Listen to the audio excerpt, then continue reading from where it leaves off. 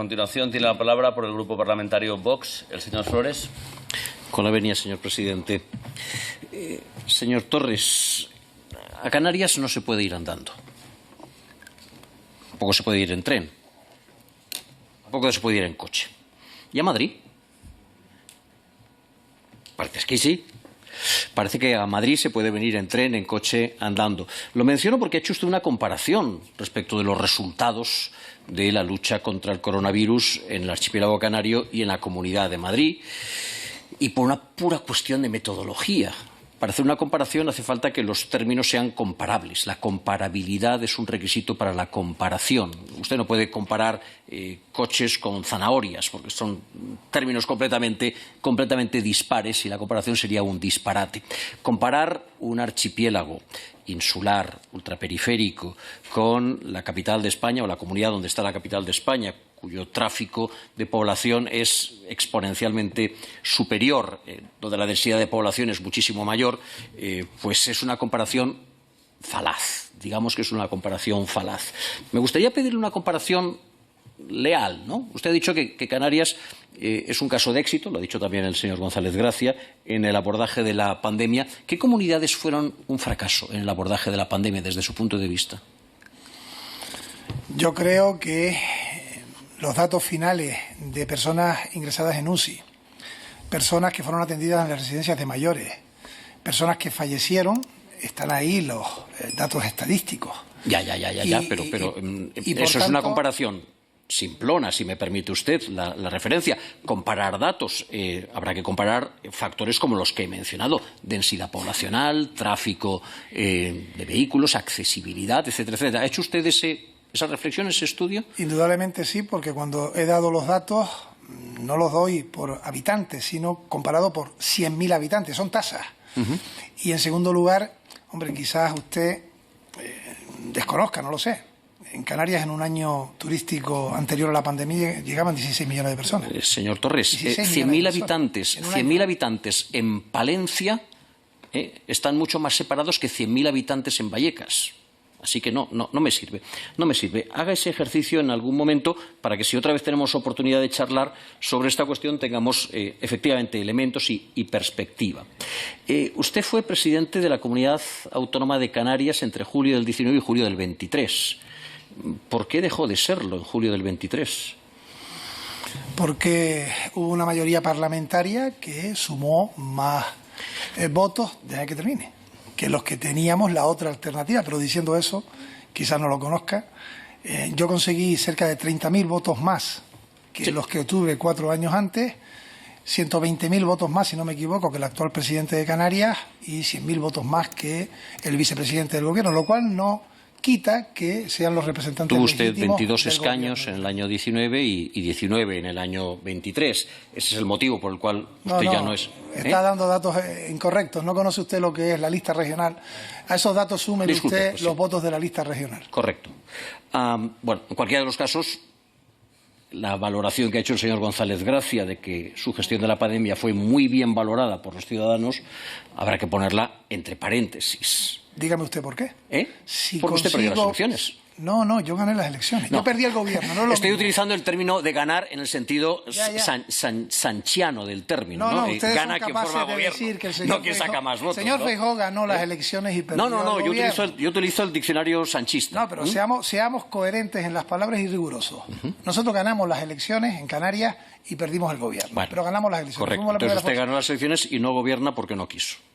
No, porque yo nunca he dicho tal afirmación. No me ponga en boca mía lo que han dicho otros. En todo caso, que su gestión de la pandemia fuese muy bien valorada por los ciudadanos es algo de lo que los ciudadanos... Perdón, no he oído la broma. Señorías, les pido guarden silencio y al portavoz del Grupo Vox... No he oído la broma, luego me la cuentan. Pero al parecer los ciudadanos tienen una opinión distinta, porque efectivamente usted ya no es presidente de la Comunidad Canaria. Durante el tiempo que fue presidente de la Comunidad Canaria, ¿cuántos consejeros de sanidad tuvo? De manera ordinaria 2, si no me equivoco, y de manera temporal un tercero. En concreto, durante el año 2020 tuvo usted 3. Sí, porque empezamos en el año 19 con la consejera de Sanidad, que luego fue sustituida por un miembro del Gobierno en medio de la pandemia. No era fácil conseguir una alternativa, por tanto opté por alguien que ya había sido hace años consejero de Sanidad y formaba parte del gobierno, y posteriormente, cuando ya la situación se empezó a normalizar, fue nombrado una nueva persona. Esto de optar por personas que ya tienen experiencia es, en términos generales, una buena idea, pero no siempre lo es. Porque le iba a preguntar por cuántos directores del Servicio Canario de Salud tuvo usted durante el año 2020. Lo mismo, exactamente, fueron tres más finalmente a finales del año 20, después del periodo temporal del viceconsejero de Presidencia, que fue interino, pues una persona adquirió la condición de director del Servicio Canario de la Salud. Dos más, el señor Pazos y el señor Domínguez. Dos más, el señor Pazos y el señor Domínguez, que repetía en el puesto. ¿Por qué cesó al señor Pazos y por qué nombró al señor Domínguez? Cualquiera que ha estado con máxima responsabilidad, porque yo fui presidente porque lo quiso la mayoría del Parlamento y además ganamos las elecciones con claridad, tiene que tomar las decisiones que entiende son las oportunas para el interés general, aunque sean dolorosas, ¿no? Y cesar a una persona siempre es doloroso.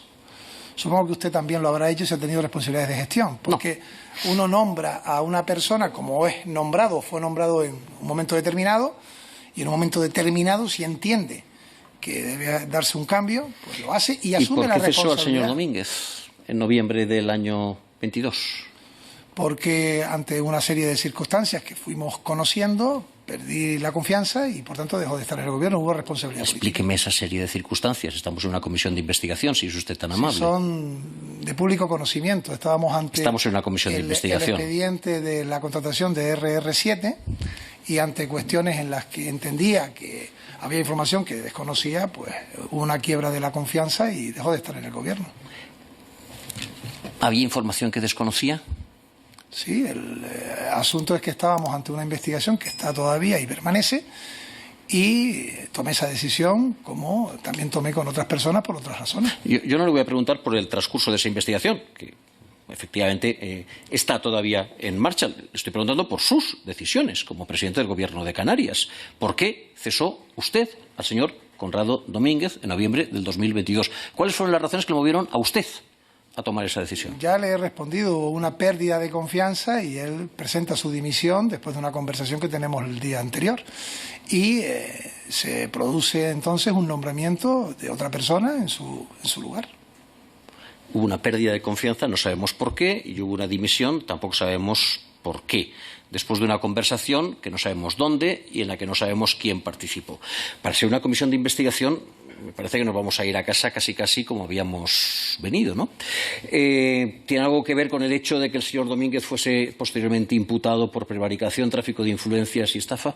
No, fue imputado previamente y no fue cesado con alguna de las, que creo que no es exacta lo que usted dice, eso con respecto a las posibles imputaciones, y teniendo en cuenta que también aplicábamos un código ético, aunque no era compañero de organización, que la dimisión se debe producir cuando se producía una apertura de juicio oral, él se mantuvo en el puesto hasta que, debido a ese expediente y a cuestiones que entendía o entendíamos en el gobierno no habían sido trasladadas como se habían producido, pues se produce la pérdida de confianza. Esa es una precisión interesante. Sus compañeros han dicho, hinchando pecho, que no hay ningún socialista enjuiciado por corrupción en Canarias, no hay ningún socialista con carné. El señor Conrado Domínguez era miembro de su gobierno, lo había sido en 2 ocasiones, fue nombrado por usted, pero no es un socialista imputado en este asunto. Es una distinción muy oportuna. No, se equivoca y lo corrijo para que quede constancia en el acta. Ajá. El señor Domínguez fue director del Servicio de Canario de Salud con Coalición Canaria y el señor Baltar. No estaba el Partido Socialista en el gobierno de Canarias. No fue con usted. Había salido del gobierno de Canarias. Había tenido responsabilidades en otras administraciones, es funcionario de salud, estaba en el gobierno que yo comencé como secretario general técnico y posteriormente tuvo esa responsabilidad. Correcto. Estamos hablando de noviembre del 2022 y los hechos a los que he hecho referencia se refieren a este último periodo. Le han preguntado varios de los compañeros de portavoces de grupo por su relación con el señor Koldo García. Mire, a mí no me llama la atención y no me preocupa que usted conociese al señor Koldo García. Me parece perfectamente natural. El señor Ábalos, tengo entendido que iba de vacaciones con bastante frecuencia a las Canarias, ¿no es así?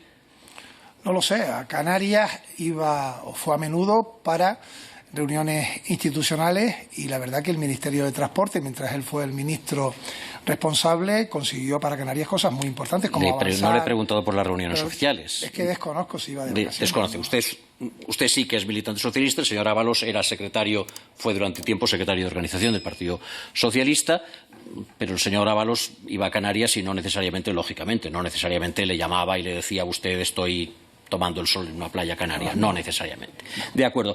En cualquiera de los casos, no me extraña que usted conociese al señor Koldo. La pregunta es, ¿en concepto de qué conocía usted al señor Koldo? En concepto de qué. La pregunta no es si lo conocía usted, me parece perfectamente natural, era el asesor del señor Ábalos. La pregunta es, ¿en concepto de qué? ¿Qué era para usted el señor Koldo? En concepto de asesor del ministro de Transporte.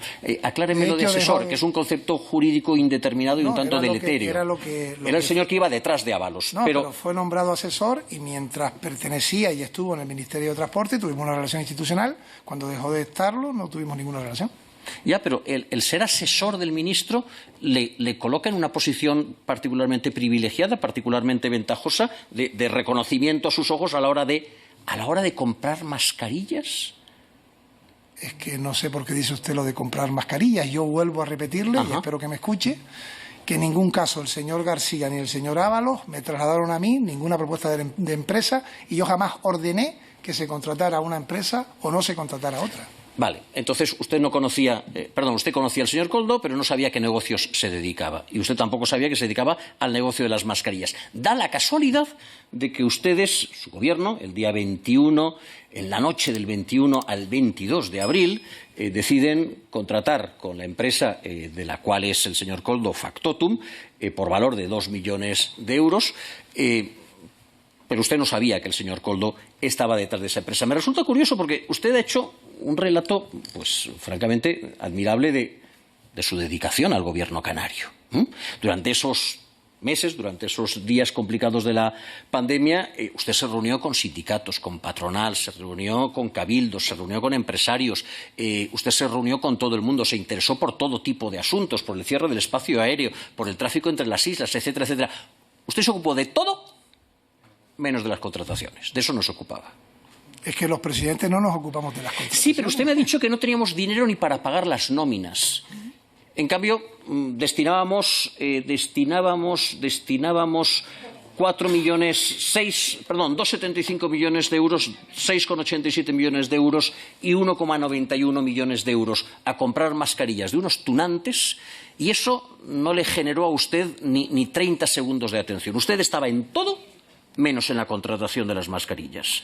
A pesar de que la contratación de las mascarillas salvaba vidas, a pesar de que la contratación de las mascarillas era fundamental, a pesar de que gracias a esas mascarillas y esas EPIs conseguimos diferenciarnos, marcar distancias, salvar vidas, cosa que no hicieron otras comunidades. Pero de eso tan importante, usted no se ocupaba directamente. Yo me ocupaba, lógicamente, con el consejero y el equipo de intentar conseguir el material preciso para responder a las peticiones que venían de la Consejería de Sanidad, de los gerentes de los hospitales y poder responder a la pandemia. ¿Se ocupaba de conseguir el material o no se ocupaba de conseguir el material? ¿Quién hablaba con las empresas? Estaba la Dirección de Recursos Económicos, que era a través del director del Servicio Canario de Salud, como se vehiculizaban las propuestas, y ahí no entrábamos nosotros. Estábamos para solventar los problemas. Pero le tengo que decir... Usted me está diciendo que en un momento... Señor Flores, déjele acabar la comparación. Le corrijo una cuestión sobre el pago de las nóminas para contextualizar lo que he dicho. ¿Lo ha dicho usted? Sí, pero para que me entienda. Los ayuntamientos y los cabildos y el Gobierno de Canarias habíamos aprobado un presupuesto del año 2020. Y ante la situación económica de Canarias había imposibilidad, si no se buscaban recursos económicos que llegaron con los fondos europeos, con adelantar esos fondos para poder trasladarlos a las administraciones locales, para poder pagar las nóminas, los cabildos, los ayuntamientos y las distintas administraciones. Por suerte y por una gestión magnífica, que tengo que decirlo, del Gobierno de España, se consiguieron esos fondos de la Unión Europea. Me parece muy bien, me parece ejemplar que usted estuviese detrás de ese asunto en unas circunstancias también complicadas en ese ámbito. Lo que me sorprende es que usted estuviese detrás de todo menos de esto. Lo que me sorprende es que, siendo tan vital como era para Canarias, como para cualquier otra comunidad autónoma, la adquisición de mascarillas, su gobierno pusiese sobre la mesa 2 millones de euros de la noche a la mañana, 12 y pico millones de euros en el conjunto de la operación con la trama Koldo, y usted no supiese de eso. Es decir, ¿a partir de cuántos millones de euros sus subordinados le dicen, señor presidente, tenemos este asunto. ¿A partir de cuántos millones de euros se toman la libertad de molestarle a usted? No, eso está arreglado, señor Flores. Está arreglado con una cantidad determinada que tiene que darse cuenta al Consejo de Gobierno o aprobarse en el Consejo de Gobierno, de todos los consejos de Gobierno. Estamos en el Congreso de los Diputados, estamos extrayendo responsabilidades políticas, no responsabilidades contables ni responsabilidades jurídicas. Señor Flores, déjele le respondo como estamos es el dialogando muy fluidamente, señor presidente, no se preocupe. Cuando no interrumpe usted, el diálogo es fluido.